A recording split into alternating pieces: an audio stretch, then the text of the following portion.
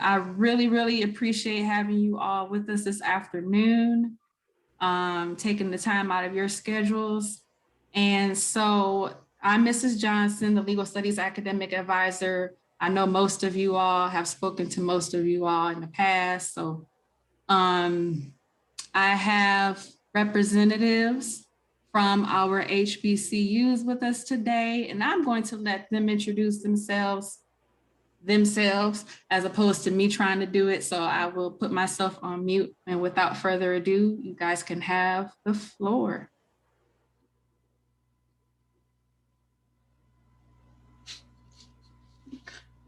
Okay, I'll go first.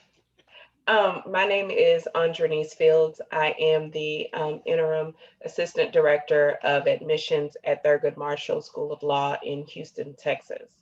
I've been with the law school for 11 years now. However, I am kind of new to the admissions side of it all, but I have been working with the law school in particular for about 11 years now. And it's good to see all of you. And I hope you guys have a lot of questions and are ready to be interactive today. All right, good afternoon. My name is Anthony Irvin, Associate Dean of Admissions and Financial Aid at the David A. Clark School of Law at the University of the District of Columbia. Been there for a short period of time. I was at North Carolina Central University, where I was there for some time. Loved both experiences, being at both at HBCUs. So you definitely have a wealth of knowledge and opportunities at all of these schools represented today. So I'm excited as well to definitely connect with you more. Good afternoon, everyone. I am Shannon. I think you guys are the Knights, University of Central Florida Knights. I looked at something, it said the Nitros. I was like, what's a Nitro? But I digress. I am the Assistant Dean of Admissions for the law school. I joined the administration last year, just before Mr. Irvin transitioned to his new role at UDC. I am excited to be here with you this afternoon to share information about our law school and the law school admissions process. Wonderful, wonderful. So you all feel free to jump in at any point. This is not like class where everyone needs to raise their hand or wait their turn. So this needs to be engaging, which means we need to hear from you all. This event is for you. So feel free to jump in with your questions. You may use the chat if you're not able to, come onto the microphone and say it out loud, but I would appreciate hearing your voices. And if you're able to turning your video on, if not, understandably so, if you're not able to do that. So we have a few questions here.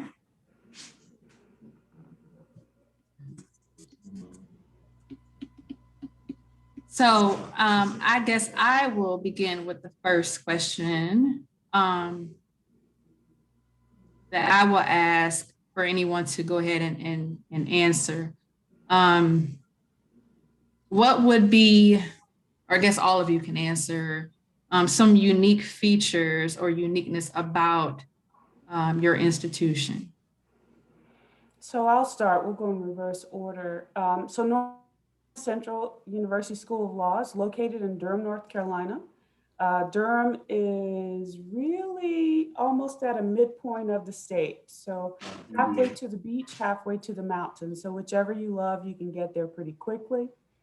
The law school has several clinics that give our students real life clients to assist with real world problems.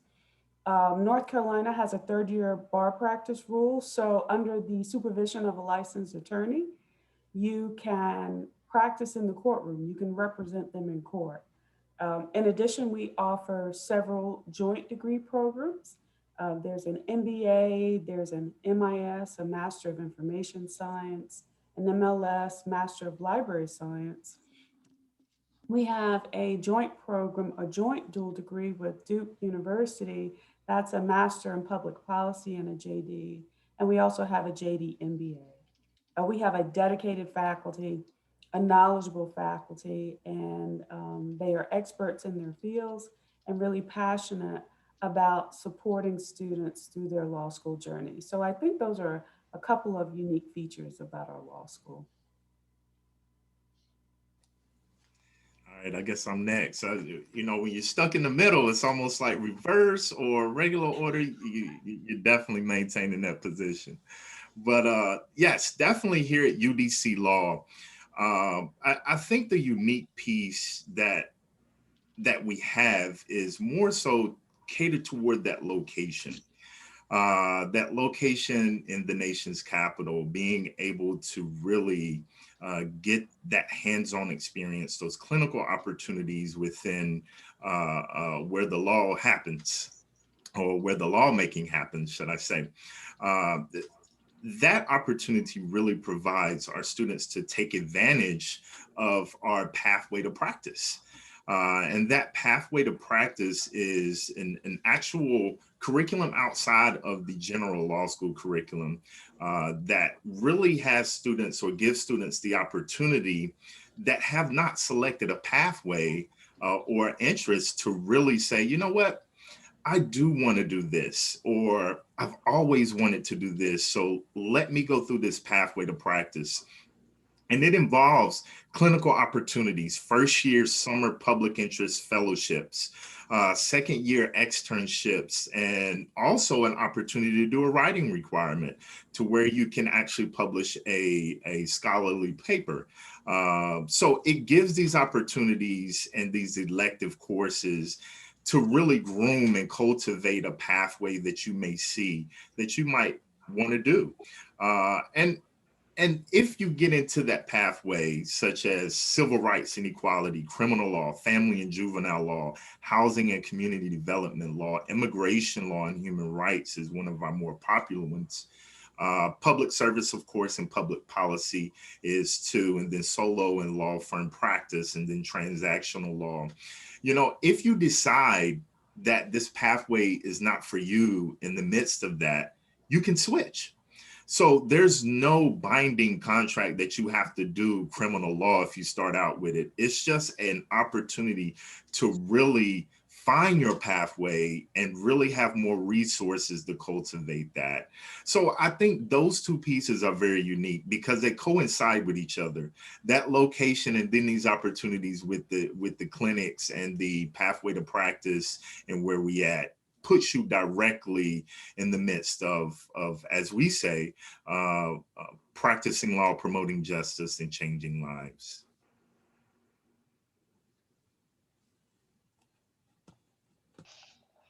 Okay, so as far as location is concerned for Thurgood Marshall, we are located, as I said, in Houston, Texas, where the cost of living is a little bit lower than the other schools. And there, here at Thurgood, we actually we have the clinics and things like that, like at all law schools. However, our clinic programs offer a lot of social justice geared programs where you can work with legislators and write policy papers and things like that, working hand in hand with our clinical directors and our faculty members.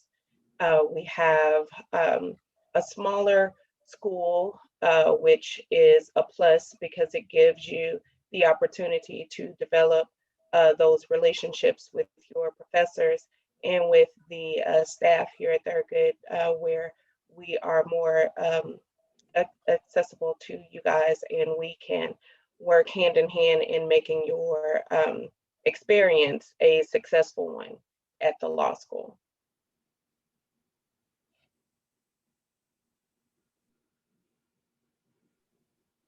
Okay, great, awesome. Thank you so much. So at this point, I will give you all an opportunity to Perhaps talk about experiences at your schools, unless some students have additional questions. If not, I can continue to present my own questions to try to get everyone's, brain going here in terms of more questions to ask the schools. So I do have a few questions regarding the admissions process. My name is Shannon Waiters, and I am a senior at UCF. I'll be graduating this semester. And with regards to filling out the application, do all law schools have a portion or a part in their application that requires them to like answer questions for like the fitness exam and everything for the bar? Yes, every law school is going to ask character fitness questions. And that's because when you apply to sit for the bar after you graduate, along with your bar application, these boards of law examiners will ask the law school for a copy of your law school application. And they will compare those two applications to make sure that the information that you have provided is correct. I know it's going to be surprising to the folks on this call, but there are people who will apply to law school without revealing that they might have received a DWI or they might have been convicted of a minor assault because they're worried that disclosing that will ensure that they would be denied, right? So then all law schools do offer an ability to amend the application. I will say to you, as you're thinking about character fitness issues, because life happens, right? It's in the words of a great rapper, it's not where you're from, it's where you're at. And so if you have made a mistake in your past, own it, provide context for what has happened, and then present why the person that this happened to at 18 is a totally different person from the one who is 21 or however old you are who is applying to law school. Because that's what the admissions committee is really looking for. They're looking for a demonstration that you have grown and matured. So again, don't feel that, oh, if I tell them that I did this, it's going to keep me out of law school. No, it probably won't, depending on how you present the story. But if you don't reveal it and then you apply to sit for the bar, and then the bar says, hey, we saw this on your record, why didn't you tell this to the law school? It could prevent you from being licensed. So why put in 3 years worth of work and study for the bar, and then get right there to the end and not get that thing that you've been working so long and so hard for. So as far as the character fitness questions, they're going to be pretty similar at every law school, and every law school will ask them in one shape, form, or fashion. Oh, thank you for that. And I do have another part of that question. For those of us like myself that are non-traditional students that have lived a whole entire life prior to coming to law school, will we have to go back 20 years of tickets and things like that? Because I saw it being very specific, like even if you had a traffic ticket, I just want to know how specific in detail do we have to get? And I saw too that you had to have like the evidence of, it being adjudicated and all of that. Like, so are we having to go like really deep in the weeds with this? Because again, I'm almost 40 years old. So I've been driving for quite some time, and I wasn't always a cautious driver. So I'm just thinking about how far in my background do I need to make sure that I have this information, because I don't fear the disclosure. I just want to make sure that I have everything that they're asking for. Sure. So the thing I would encourage you to do is, I don't know if you've lived in Florida, wherever you're from, request a copy of your driving record. The other thing I'll say is, whatever schools that you're applying to, read the question. Like some law schools may say, tell us about the past 10 years. Another law school might say, tell us about everything ever. A lot of the boards of law examiners want to know everything ever. So it's not a problem if you don't disclose it on your law school application if you weren't asked for that specific information. The best advice I can give to you is make sure you read the question and answer the question that you're being asked. Like at our law school, we don't ask about expungements, but I'll let my colleagues kind of give you some different perspectives on this character fitness issue. Nadine, I think you summed it all up. For UDC, I think we follow that same protocol. Full disclosure is definitely of the must because here's the thing. We don't want you to go all the way back to middle grade. Of course, you wasn't driving in middle grade. I hope not. But we don't want you to go that far back, and we don't want you to spin your wheels on everything, because here's the thing, like Dean Gaskin was saying, the bar will catch it.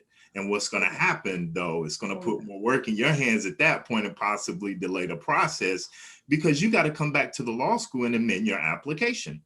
And at that point, we have to decide on those fractions or offenses. Was that going to impede our decision when you applied to law school? So it takes or delays the process a little bit, but of course, don't spin your wheels on everything, but definitely do as much as you can and can remember if you're in that situation, because at the end of the day, like Dean Gaskin said, the bar will catch anything that you missed. Mm-hmm.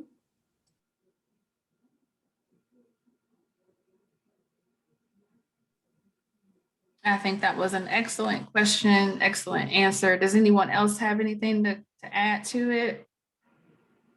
I have a quick question as far as disclosing. It's not necessarily about criminal, but if you were asked about a particular situation that did not turn criminal, do you disclose that as well? Like, do you just tell them, I've had this conversation with a police officer as it may relate to this, or this? Is that the same thing, or is that not what we mean by disclosing, if that makes sense? Yeah, it does. Most law school applications are going to ask you about arrests, pleas, convictions. So if you just have a stop and frisk on the street and then you go about your business, the officer goes about their business, that's not an arrest. If you have been pulled over and stopped in your car, a lot of law schools only want to know about serious traffic infractions, right? Serious speeding. So if it's 5 miles over, I go back to read the question. If the question, and every law school is going to ask the question just a little bit differently, which is why it's so important that you pay attention to the application question. But I know at North Carolina Central, we only want to know about traffic matters if it's a DWI, if it's 10 miles over, if it's reckless or something like that. So I don't need to know that you were suspended, you went to in-school suspension in high school. I don't need to know, you know what I mean? So make sure that you read the question and you're only responding to the information provided. Now, if you had, I know every law school is going to ask you about academic probation at your college or university. We're going to ask you about suspension and expulsions from your college or university. So you need to answer that question, but we don't need to know if you got in trouble and your RA came to your room. Only if it rises to the level of the university bringing a charge against you and there being some disciplinary action taken against you, that you need to disclose. So again, the question will be school specific, and you need to make sure that you are answering the question. The other piece of advice that I would give you, once you're at the application stage and you read that question, if there's a question in your mind of, oh, well, does this apply to me? Call the law school, call the Office of Admissions and ask to speak to an admissions officer. We'll talk you through it. I mean, I've had people contact me and explain very serious things, and then I've had people explain things that weren't so serious. And I've coached people on how to present that on their application.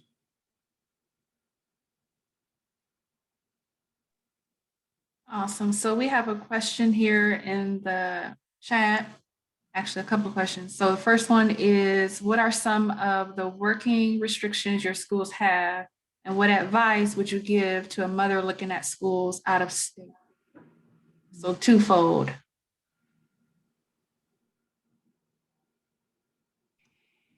Well, I've talked enough. I'm going to let my colleagues start, and then I'll come back.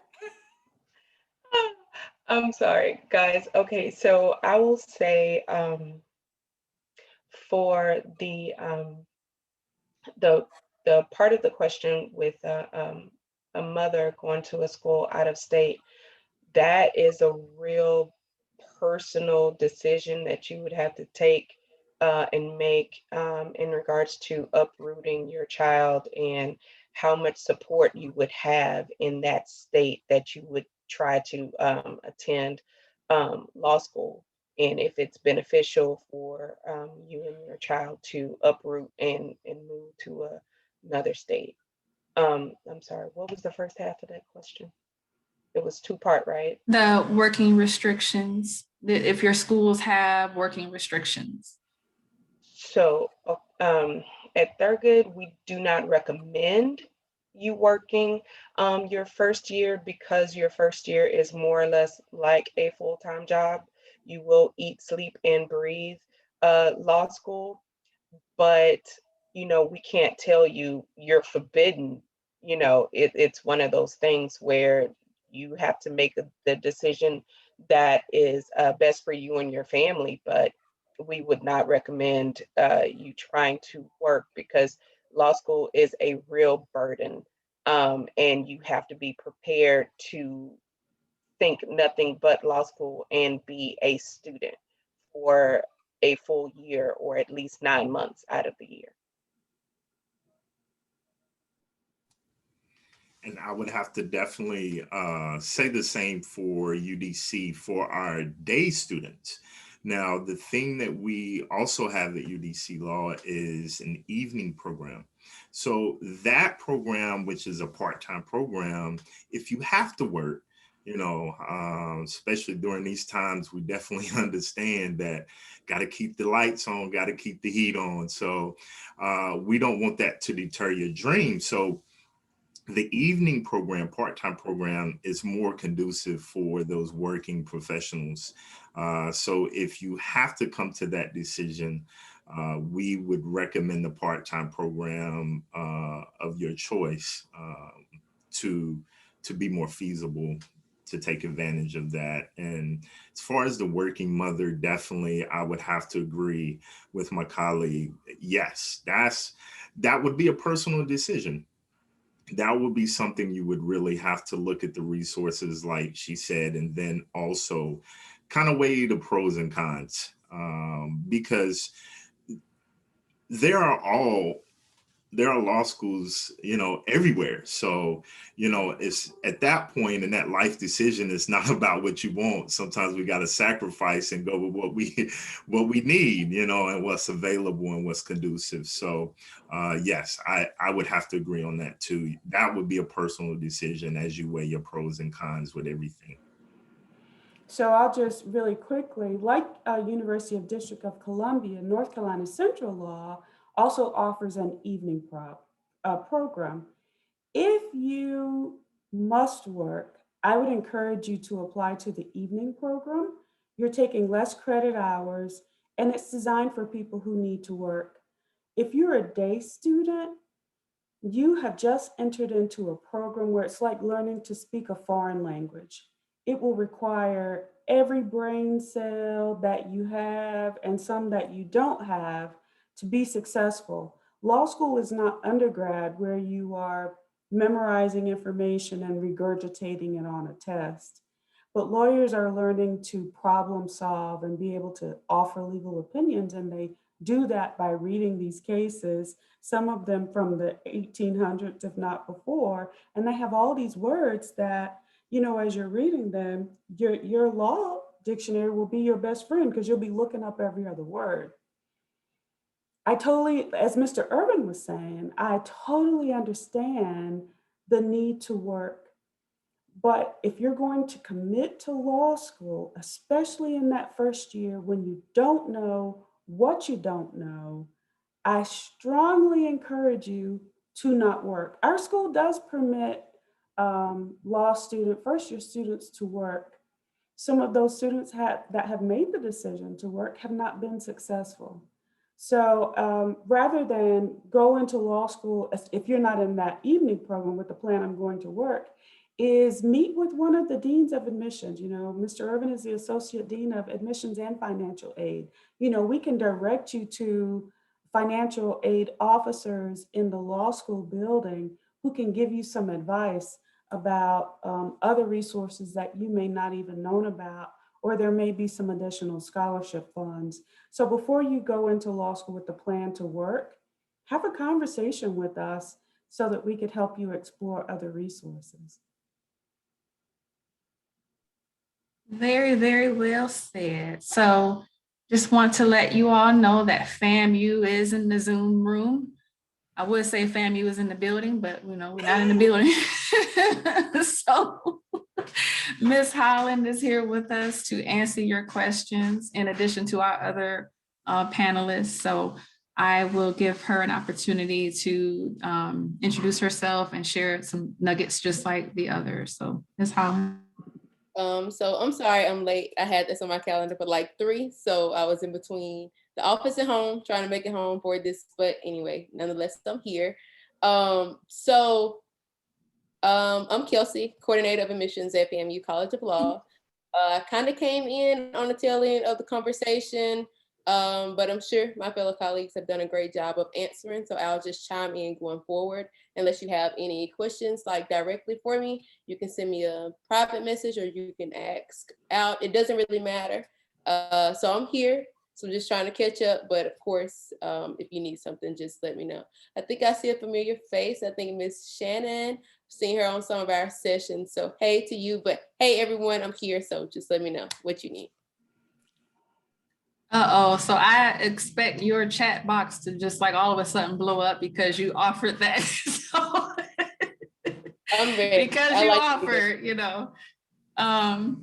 But one of the questions in the chat here, it says, does your school, and this is for anyone to answer, does your school offer any online programs? I am asking for others like myself who are full-time workers with families to support. So I guess I'll go first since I missed the whole conversation. So we don't offer online programs. Of course, due to COVID, our students are. Some are virtual and some are face-to-face. We offer the HighFlex option.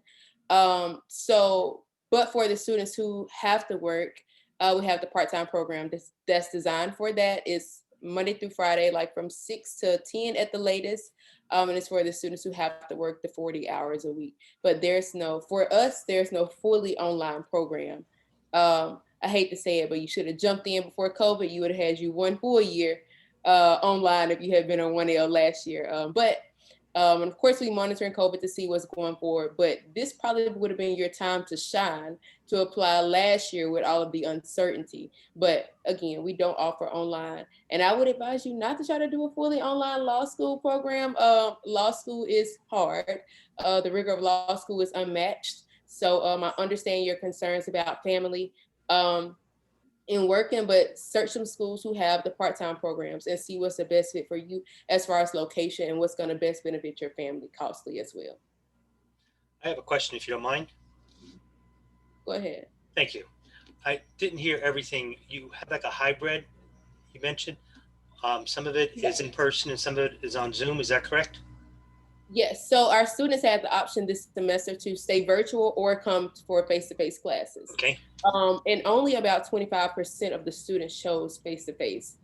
Students are still very concerned about COVID. And of course, in the Orlando area, in Orange County, we have to monitor those that are around close to us. So students are coming, but not a lot, but you do have the option. And we are trying to go forward in the fall with that option. As far as I know, nothing has changed unless COVID just spikes up and something just goes crazy. But we may offer the same thing, but we're waiting on the dean to make that final decision.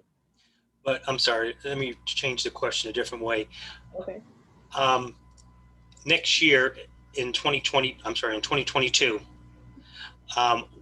is there a possibility some classes may be offered through Zoom, or is all the classes going to be offered in person? So it's going to be offered in person. If I can speak for the future, I'm hoping there's no more COVID.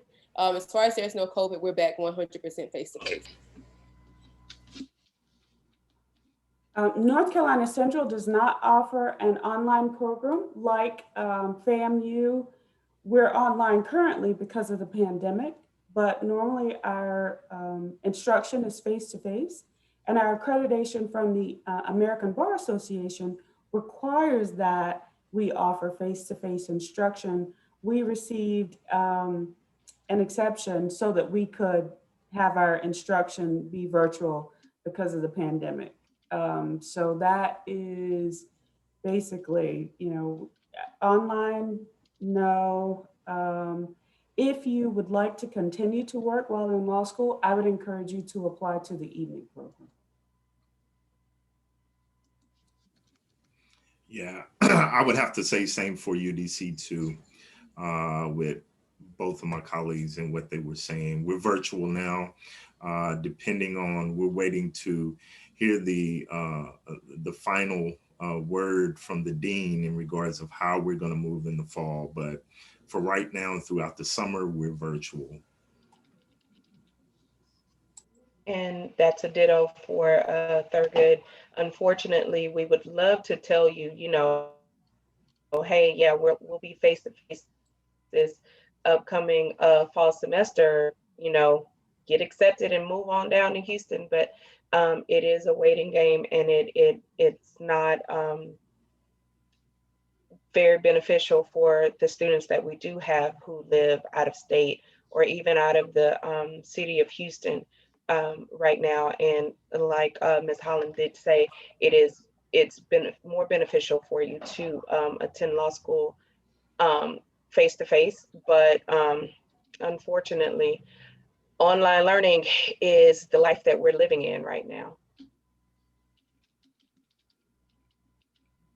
Thank you. So first question I'll get to in the chat says, what programs does your school offer to help prepare students for the bar exam?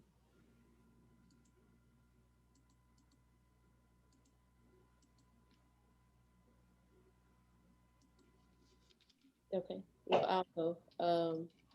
At the MU, we offer the BEST program. It's a 10 to 12 week program after graduation that students are encouraged to attend. It's on a voluntary basis. You don't have to do it. We recommend that you do because it's free and bar prep is expensive.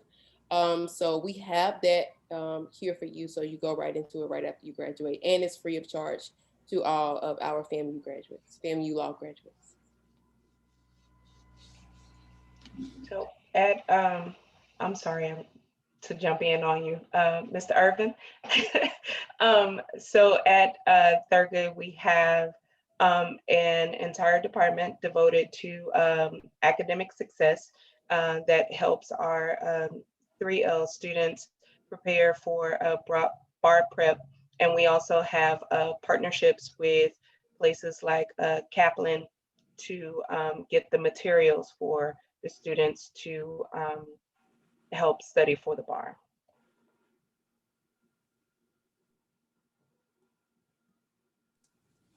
Yeah, and I was just going to add to that, Ms. Fields. No worries. We too have an academic success bar prep office that really prepares and works with various outside constituents to really not only look internally, but also externally to really get you prepared overall.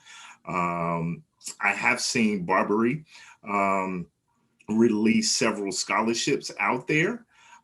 So that's just additional information that we provide our students moving forward as far as looking at how to fund these bar prep programs, because like Ms. Holland said, you know, it is expensive. And at that point, you know, it kind of gets in your way as far as thinking and using that mindset to really push forward through the program. But yes, those scholarships, we make sure our students are aware of those scholarship opportunities, and also, like I said, additional workshops and lectures and webinars in-house to help you. Yeah. Well, North Carolina Central Law is very similar to Thurgood and UDC in that we have an academic success team to support our students through all 3 years of law school in preparation for bar prep. The dean has just entered into a contract with Barbary, which is a bar review company, and they help students prepare to sit for the bar. And so our students will pay a much reduced fee to use Barbary, and you know, we support them throughout that process. As you've heard several times, law school is hard, and the bar exam is like pulling your bottom lip over the top of your head. It's just hard, and it hurts a little bit, but you'll be fine. Don't worry. After 3 years of law school, you'll be prepared. Can I ask a question really quickly? As far as we talked about the night classes and their structure, but how are the day classes or the traditional classes set up as far as how many days per week, the time, you know, whatever you can share about that? Sure. So with the evening program, the classes are 3 nights a week. I think it's Monday, Wednesday, Thursday. And the day school program has classes every day. So the structure would be more similar to what you're accustomed to with an undergrad schedule, you know, Monday, Wednesday, Friday classes, Tuesday, Thursday classes. And we encourage a full-time load at North Carolina Central is 10 credit hours. So that might be a little less than some other schools. That might, depending on how many credit hours the course is, it might be 3 courses. And the reason that we set it up that way, some students still take 4, but we set it up that way because our law school's mission is to provide an opportunity for legal studies for people coming from underserved communities.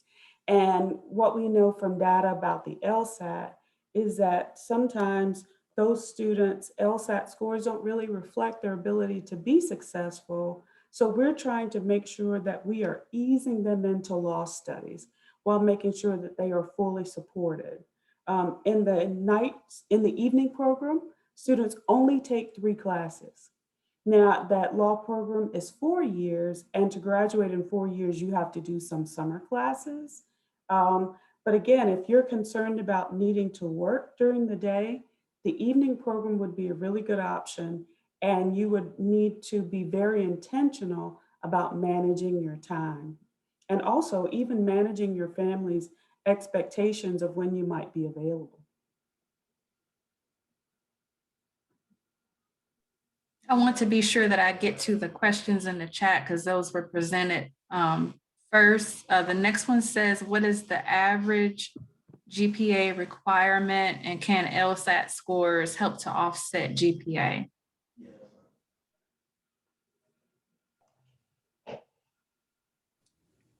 Ooh, who's gonna take off on that? Nah, that's a great question, and I think all my colleagues can definitely agree that, you know, that is an open-ended question. But here's the thing. We do have an average GPA requirement, a median, which you have to understand. Medians is that is based on the current class coming in. So those things, that data is forever changing. But yes, it is a good opportunity to have a goal as you're looking at how competitive you want your application to be, or your indicators, as we say, your GPA and LSAT score. At UDC right now, our current median LSAT score is a 153. interchangeably 152, and the GPA requirement, you're looking at a 3.2. But once again, we are HBCUs. So yes, we do a holistic review of our applicants, and we are a school of opportunity. So just based on that median doesn't mean that we do not look at applicants that LSAT indicator is not as competitive. Yes, we do that too. And in this holistic review, we also look at your personal statement goes into play, your letters of recommendation, all of these components. And I would like to visualize it because I'm a visual person. As you're looking at this balance beam, on one side of the balance beam, you have your academics. And your academics involves your LSAT score, GPA, and everything within your transcript to determine, do you have the aptitude? Can you retain this information, not just in law school, but be able to retain it to be successful in the bar exam? And then on the other side of the balance beam, you got these soft touches. So as we're looking to see what offsets or balances, we're looking at both pieces in a holistic manner. And the soft touches, you got to look at your LORs. Are you committed? Are you compassionate? Your personal statement, how well you write, what's your story? All of these things balance out. So as we're looking not just at your LSAT indicator, we're looking at everything else in your application to really determine what balances out and what makes you an overall competitive applicant.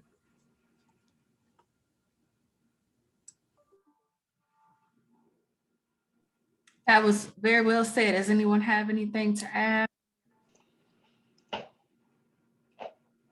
I have nothing other than ditto. Thank you, Mr. Irvin.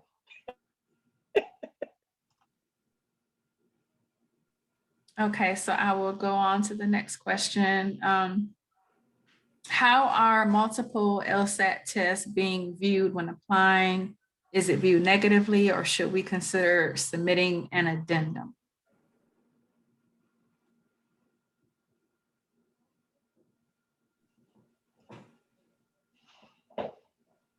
So for us, I know we have got into the practice of looking at the high LSAT score, but then if you have taken it more than 3 times, our acting dean, Miss Michelle Rahman, would want to speak to you verbally, actually, just to see where you are and to see if maybe if your first 2 scores were maybe a 145 or something like that, and then your last score was maybe like a 150 or 155.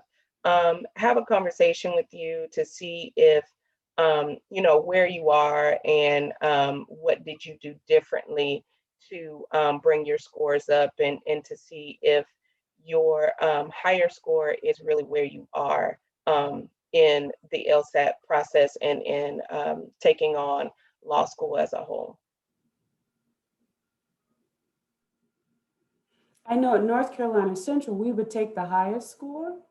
As we are reviewing your file in your CAS report, we see all of the scores, but to make the admissions decision on your file, we'll take the highest score.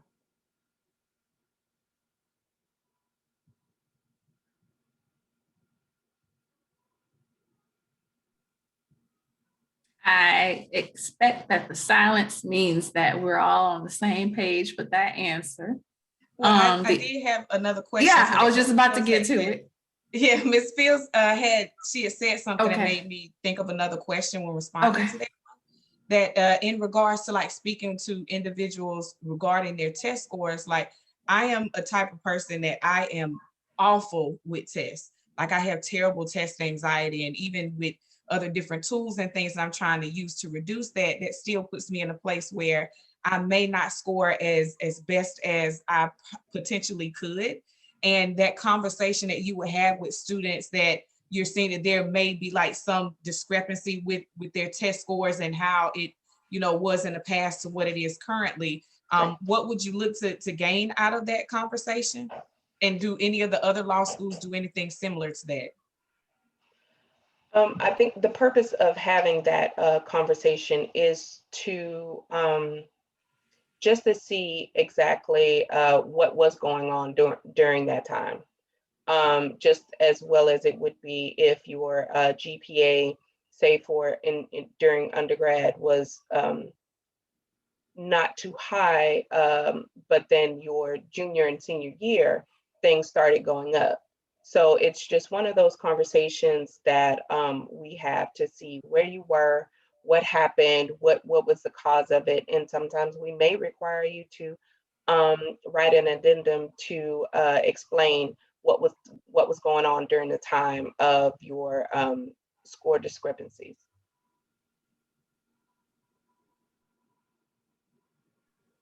The other part of the question that I see in the chat is, are law schools still using an admissions index? And if so, does it mirror the current one listed in LSAC CAS, Credential Assembly?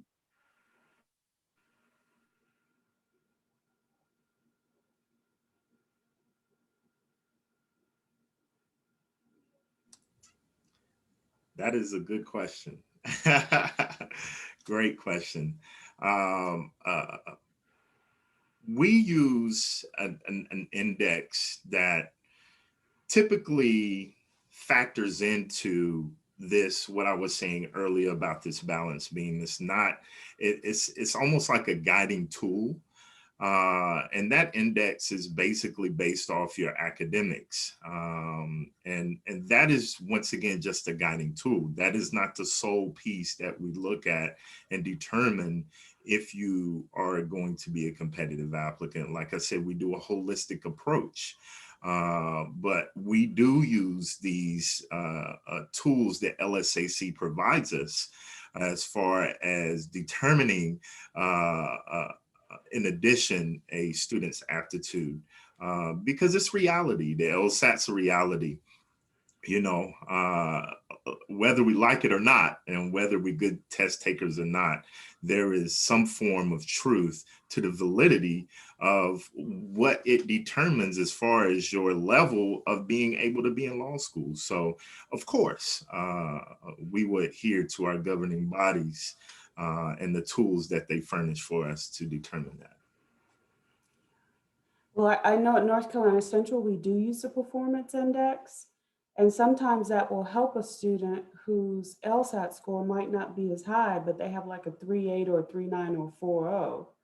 And then that would also work in the reverse for someone who might have a 158 LSAT and a 2.2. So that performance index score might still be the same as the scenario I just described. So it, rather than just looking at LSAT GPA, a part of our holistic review includes taking into consideration that performance index, which, as Mr. Irvin said, is a pretty good indicator of how successful you'd be if it's admitted to law school.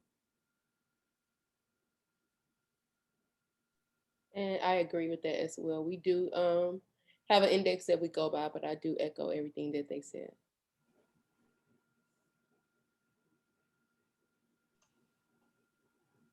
I'm sorry, Thank guys, you. if I keep going in and out, but ditto. I'm hearing everything. I'm multitasking. I'm so sorry, but ditto with everything you all said. Thank you. Thank you. And we definitely understand technology and little glitches and all that stuff.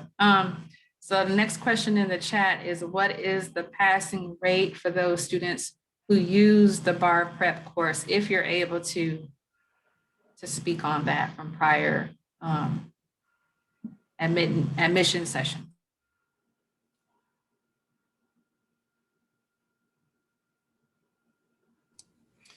Yeah, I haven't been at UDC Law too long enough to see that data for this year's incoming class or last year's incoming class, but I'm sure you can definitely go out to our 509 report the ABA 509 report and see those percentages from the previous year. Of course, that data has not generated from this year. But yeah, sorry.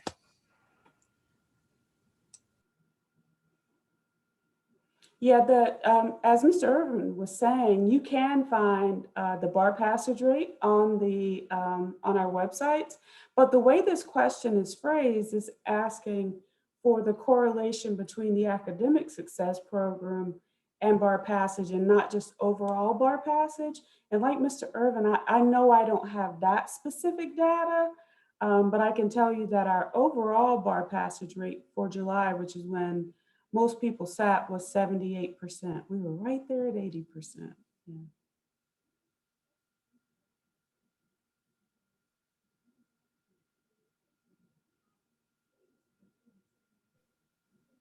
All right, great. So I take the silence as moving on to the next question again. Do you offer merit or need-based scholarships or grants? And if so, if you can speak to the criteria that you use. So for us, we do offer merit-based scholarships. Students who receive the scholarships usually fall within the 75th percentile of the class, which would be the 150 Lsat and like a 3.43 or higher. And students will turn around and ask the question, do I have to have both to get the scholarship? No, but you need to follow along the lines. Don't think you're going to get a scholarship with a 150 and a 2.0. Just because you met one don't mean you get the other. It's going to also go along with the index that we were talking about a little earlier, that you fall up under. But our scholarship committee is separate from the admissions committee. So it is whatever they decide. No need-based, but we do have merit-based scholarships. And after you have been admitted, the Office of Financial Aid will send you a link to private scholarships to apply for.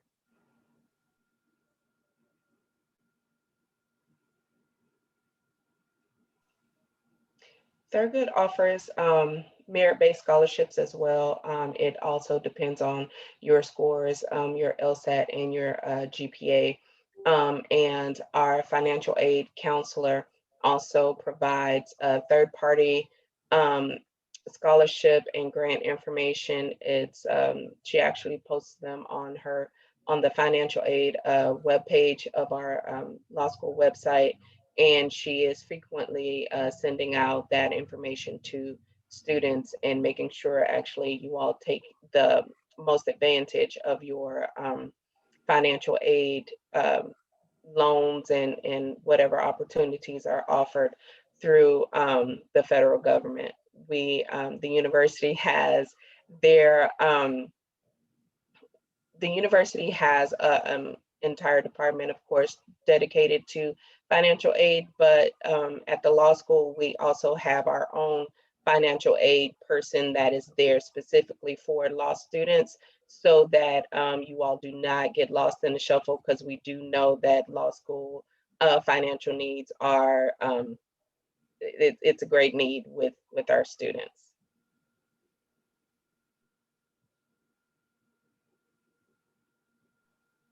All right, so the next question is directed towards FAMU, asking when will the campus be open for students to visit or tour? The dean has not made that decision. We all just started coming back like last month. So everybody is slowly filtering back in the building. Everything we do is virtual. If you just go to the homepage, you can access the virtual tour. But as of right now, we are closed to the public. Okay, now I see that you answered that in the chat. I'm so sorry. Okay. Thank you. And let's see, the next question is, I am aware LSAC says law schools only evaluating applicants first undergraduate GPA. For applicants with a low GPA, would you all recommend taking courses after your first degree to show academic growth? So great question. That's a good question. I guess I'll start. It's going to depend on what courses you're going to take to show the growth. Usually, well, not usually, when you graduate and it shows degree conferred, you can't go back and try to change your GPA. I know you didn't ask that, but I just want to go back to that. And as far as to taking classes, I don't want to say I don't know what to say, but I know that I want to go into the part of you have an undergraduate degree, you have your GPA that may not be what you have wanted to apply with, right? And then some people go to graduate school and say, oh, I didn't get it together in undergrad. I got like a 2.0, but in graduate school, I got a 3.75. Okay, we understand you done well in graduate school, but you had to. It's a minimum there. So we go back to the discipline of undergrad. Where did you find your discipline? Where did you find your drive? So I'm not saying that the extra classes won't help, but exactly, I'll ask you, what do you think it will show? Just because we see you may have gotten an A in maybe a logics course or something that you took after your degree has been conferred. What you want to do is have, like we spoke, a much more competitive LSAT score.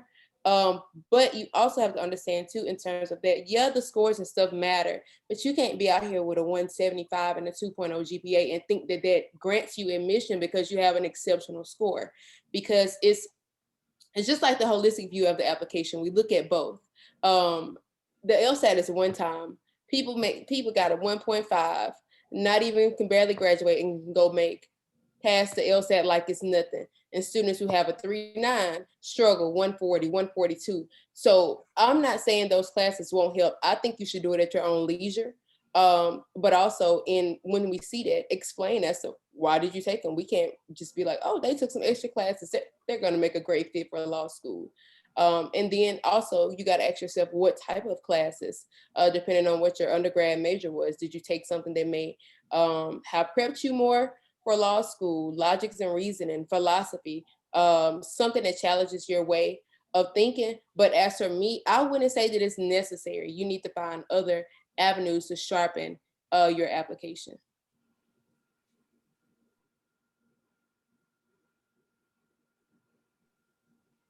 If anyone else can speak to that as well, I think the student would really appreciate that. If any of the other schools can chime in. I think that Ms. Holland gave great advice. You know, if you've been awarded your undergraduate degree, I don't know how much seeing community college classes are going to persuade the admissions committee to offer you admission. Instead of just taking a class here or there to show, oh, hey, I can make an A in a class, it might be that you consider another master's level program to show the admissions committee that you can handle master's level work. But you know, like right now in this admissions cycle, we probably have almost 10 applications for every seat that we're going to offer in the class. It's a competitive cycle. I'm sure my colleagues will tell you their applications are up at their law schools as well.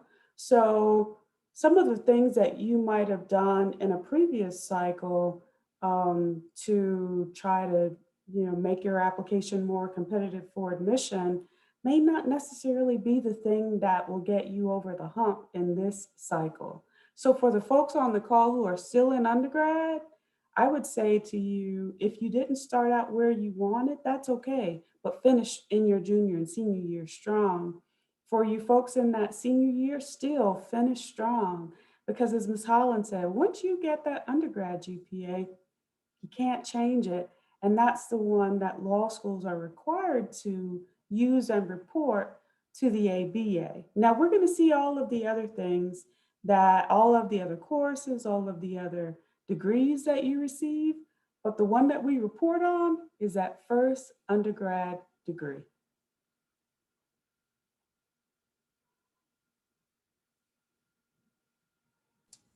Yeah, I'm definitely, I mean, Ms. Hollins and Dean Gaskell summed it up. You know, it's all about really controlling the things that you can change and just leave alone and spend time and energy, or don't spend time and energy on the things that you can't change. And of course, in this situation, yes, the undergrad GPA, you know, if you're a non-traditional student, then you can't change that. Like Ms. Holland said, you know, it's all about balancing that beam out and looking, on the other side saying, well, I can't change my Lsat score, and really trying to do that. And for those undergrads, like Dean Gaskin said, finish up strong. Like me, I really enjoyed my freshman year in undergrad, really. But, as I got a hold to it and really saw that, this is life, this is college after this, I need to get a job after this. So at that point, my GPA had already suffered. So I focused on finishing up strong. And it was what it was when I finished up. And I really concentrate on, like Ms. Holland said, which is very key, of sharpening those pieces, those other pieces within your application, or, within yourself, that really shows out. And that will really help overall balance that low GPA performance.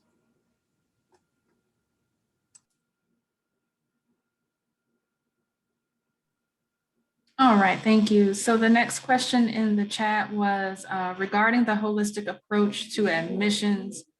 Are non-traditional students penalized for attending multiple institutions, some traditional and some online, over a very long period of time, such as 20 years? This path will create a lot of transcripts to review. So basically the question is there any type of quote unquote penalty for attending multiple institutions over a long period? So I have a question before we get into answering it. Is that different degrees that were awarded? I believe it's just different college coursework. I don't believe different degrees. That's correct, Ms. Johnson. It'll only be the one bachelor's from UCF, but all the other classes got transferred into UCF to actually get my degree. And I was just wondering, because I was in the military all over the place and taking classes here and there, and I just wanted to know, how will that look when it comes to my application coming in front of an admissions desk and seeing all these different transcripts, because every one of them have to be submitted. So I'll start real quick. You're right. Every one of them has to be submitted. There's no penalty. Like, why would we penalize an applicant who served our country and got transferred and then had to go to a different school because you had military orders? So I think if you're concerned about how that looks, just write a short statement. I know at North Carolina Central, we ask if a person has been in the military to upload their DD-214. So we would see that you've been in the military. Just make sure that you just tell us, I know you're seeing a lot of colleges here, and this is why. There's no penalty.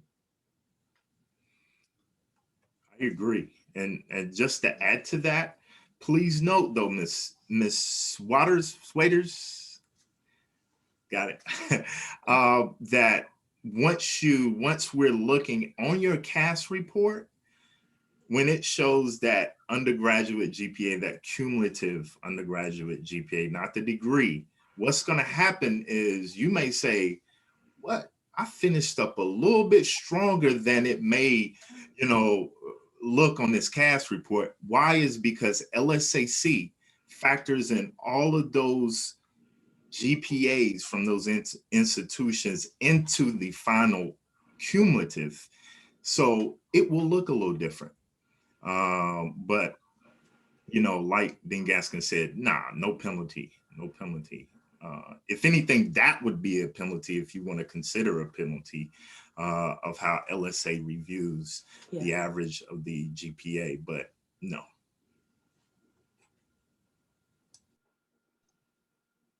So even though LSAT puts in that overall cumulative, you all still do take the opportunity to look at my last institution and how well I did finishing up, because that really was the longest period I've ever been in any institution, was 2 years. And in those consistent 2 years, I know that my work there was a lot different and a lot more focused than in the other institutions where I was working a full-time job in the military too.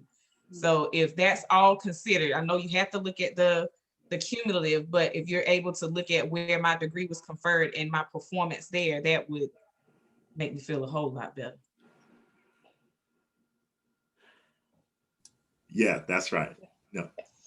Yeah. Breathe. It's okay. Yeah.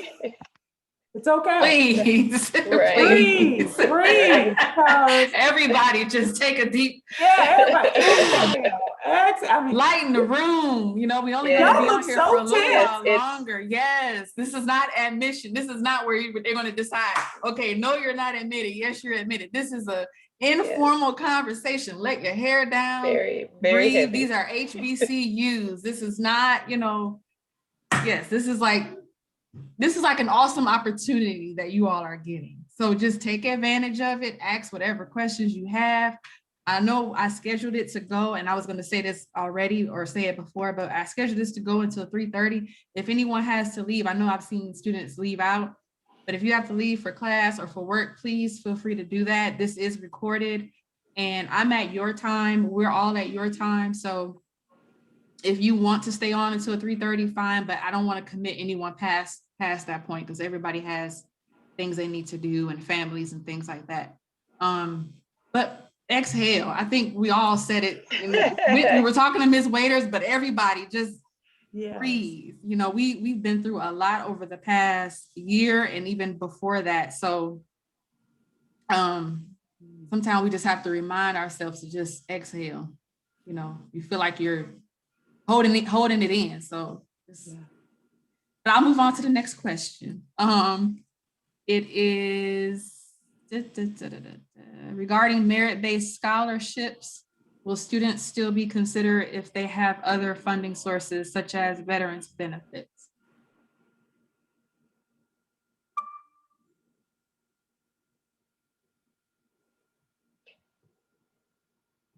I'm gonna just go out here and say, I would love to answer that, but any answer I give will be misinformation because I am not a financial aid person.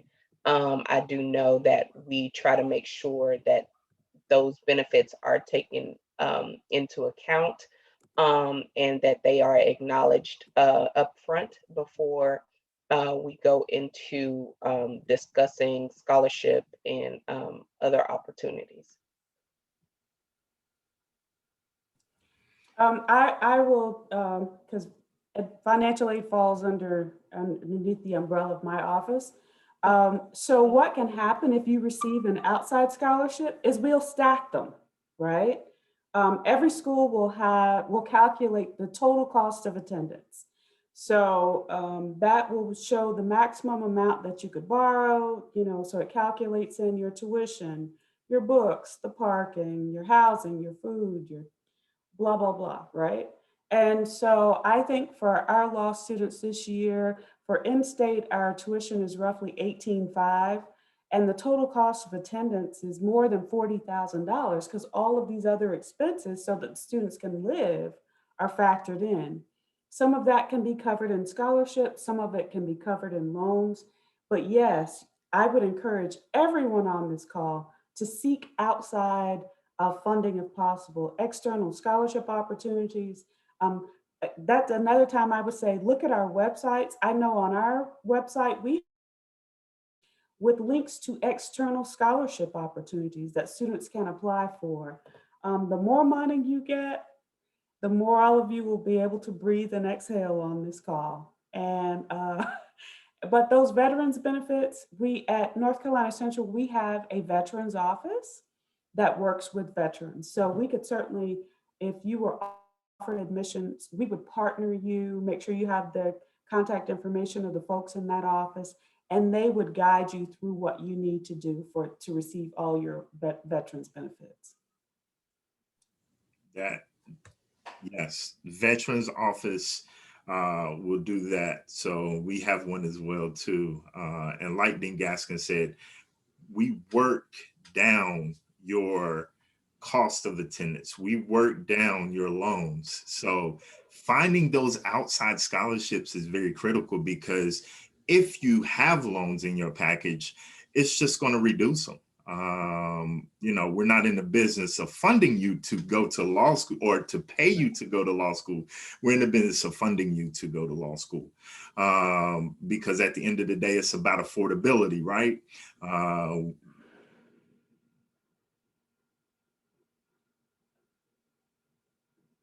I think Anthony's he just froze. Yeah, hopefully it comes back.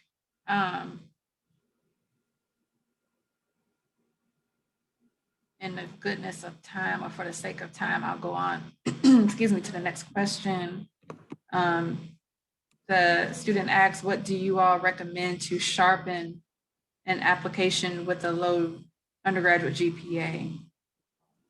I think a little bit of that was talked about, but the student may have missed that part.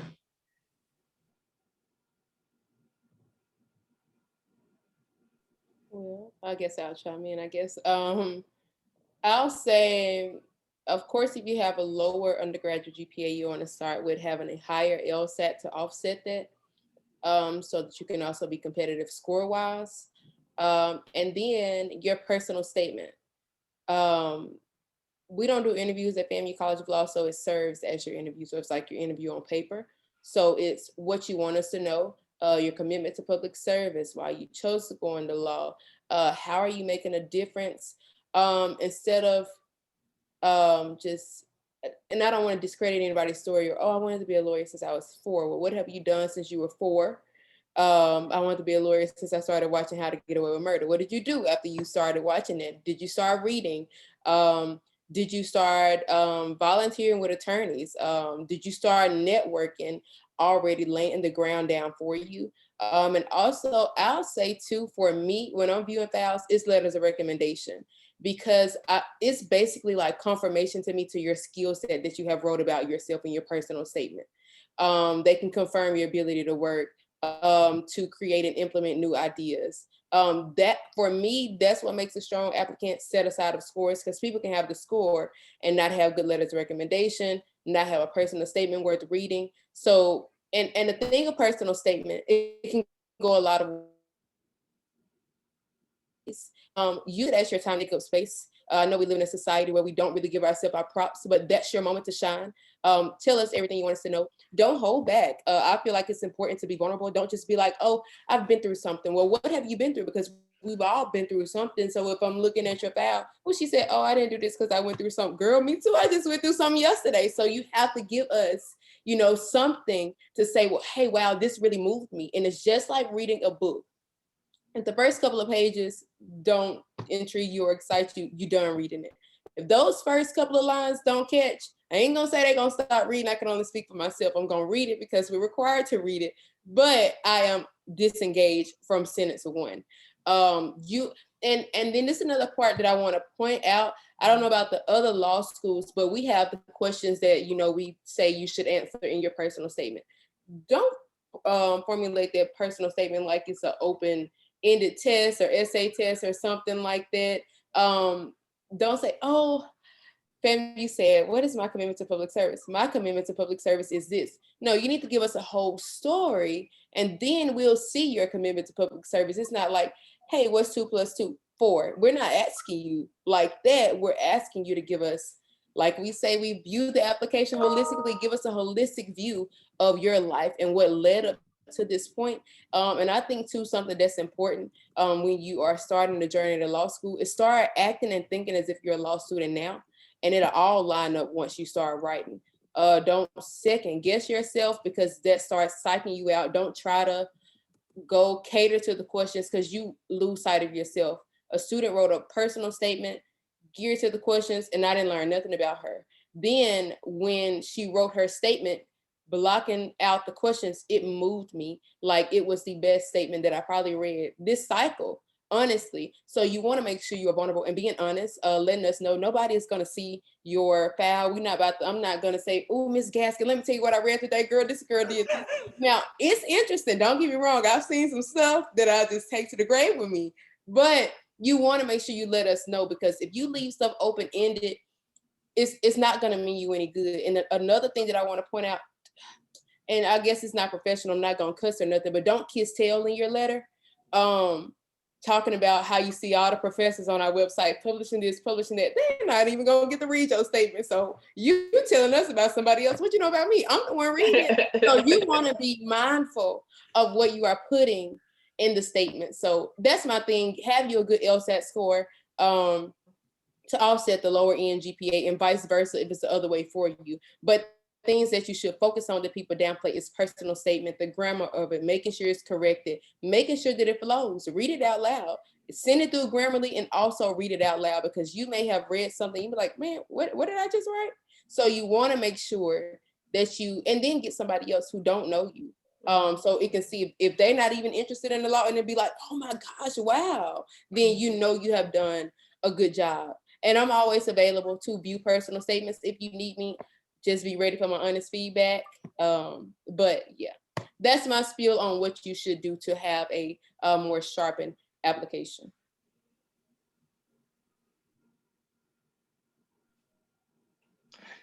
I do apologize. My internet went out, so I got on my phone here, and just wanted to say that. It's fine. We understand technology. Does anyone else want to add to the question about sharpening your application with a low undergrad GPA? I thought Ms. Holland nailed it. I mean, just her advice about really communicating with the members of the admissions committee who are reading these files, because I'm going to be totally honest. I have read personal statements. I have cried. I have laughed. And a couple of times I find myself going, like, wow, this person really shared some highly personal, deeply intimate moments in their lives. In this cycle, I read about people being homeless, families who are struggling due to this pandemic, and how all of these litany of things are making people inspired to become a part of the solution in trying to correct the things that are wrong in our society. We want to know that. Don't try to give us the cookie cutter. Miss Holland, that was the best advice ever. Like, okay, you watch Matlock or Perry Mason or CSI. Okay, cool. I do too. Now what? So that personal statement is personal to you. Tell us your story. Tell us why you want to go to law school. And you might even want to throw a paragraph in there about, or a separate addendum.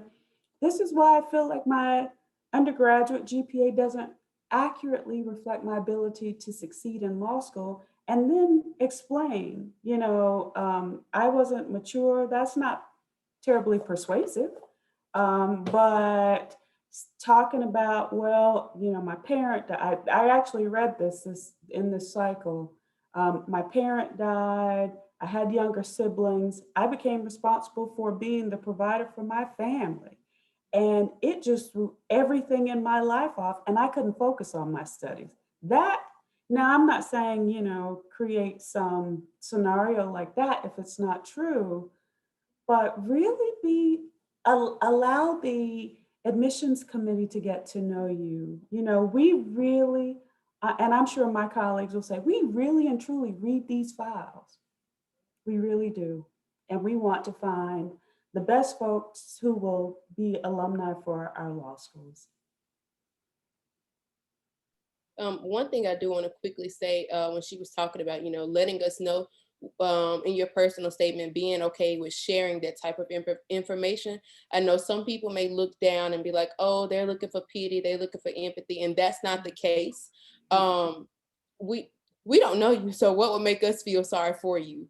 And I don't mean that in an ugly way, but your story is yours. Your story is to be told, and your story is beautiful within its own right.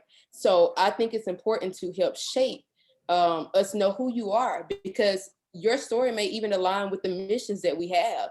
Like, you may be taking care of somebody, and we represent underserved communities. That goes hand in hand. So when I said to take up space and toot your own horn, you should do that and be emotionally vulnerable. And I mean, it's not like, oh my God, I can't believe she went through this. And when we see you at the law school, we're not gonna be like, oh, that's the girl that went through that. Because first of all, some more applications that came through, and we don't remember. It's only a few that will stick with you that moves. And when you ask what makes the applicant stand out, what can you do? Be the one that they don't forget about. They'll be the story that when we get on panels like this, we'll say, well, I'll tell you that one time about a personal statement that I read. And be that person. Be the person that they never forget, whether they remember your name or not, but they remember your story. Awesome. Awesome combination. It wasn't asked, but I want to ask it, and then I'll get to the question in here, because something that you all said made me think of it. Can you, and I wish this would have came in my brain when more people were here, but can you all talk about the difference between the personal statement and the addendum? Sure. I mean, I guess I really talk too much, so I'll just go ahead and get it out the way. So like I said, I hate to keep saying like I said, but the personal statement is about you. You need to solely focus on why you want to go to law school, and your addendum is basically righting your wrongs, why you got a 2.0 or why you didn't do well on the Lsat. And you don't want to, and then also addendums are great for character and fitness.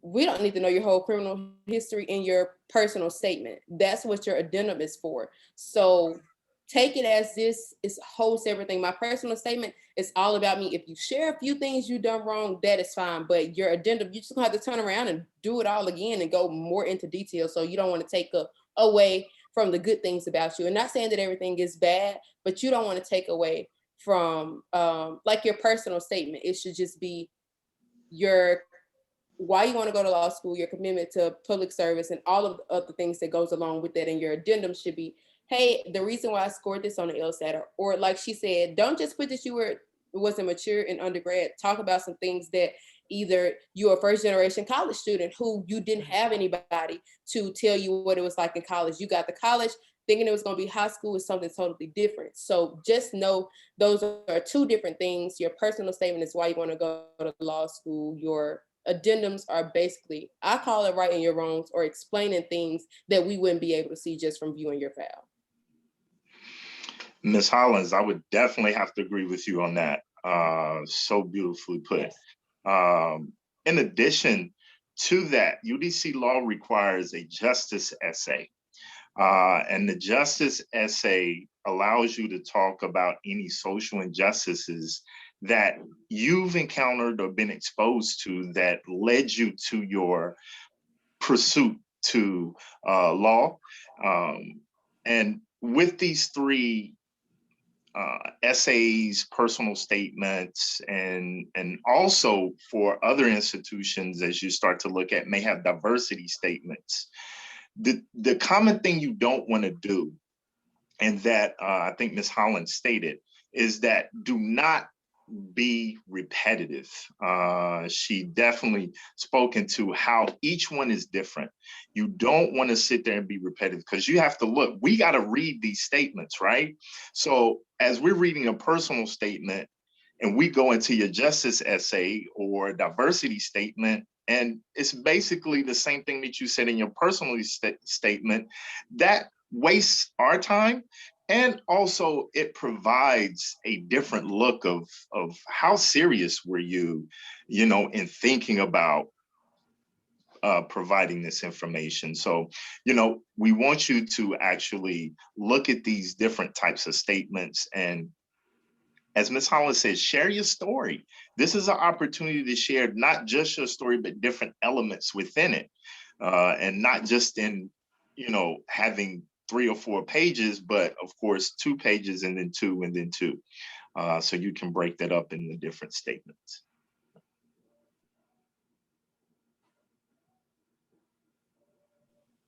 All right, thank you so much. I don't think anyone else was going to say anything. The other question that's in here, and I believe this will be the last one: do law schools still or have ever looked down on legal studies majors? Oh boy, I'm not going to say anything. I'll let you all answer that one.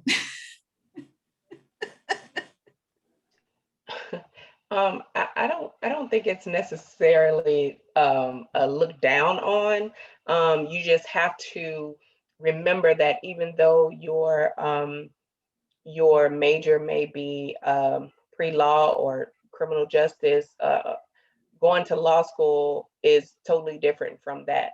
You have to go into the experience ready to be a student with a clean slate, right? And you are going in as a baby, so you have to be ready to learn it from a law school perspective, in a class that is most likely taught by someone who used to practice law or is currently practicing law, and is going to teach you the Constitution or contracts from a lawyer's point of view, and looking at things from also from the point of view of educational standpoint, with a practical twist to it.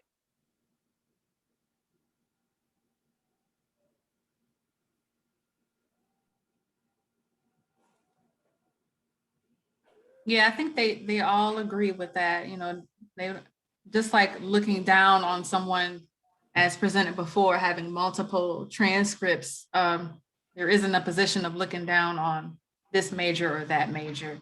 I've gotten that question. That's why I answered that way, because I've gotten that question on this side of the table, being an academic advisor for legal studies, and it's like, no, absolutely not.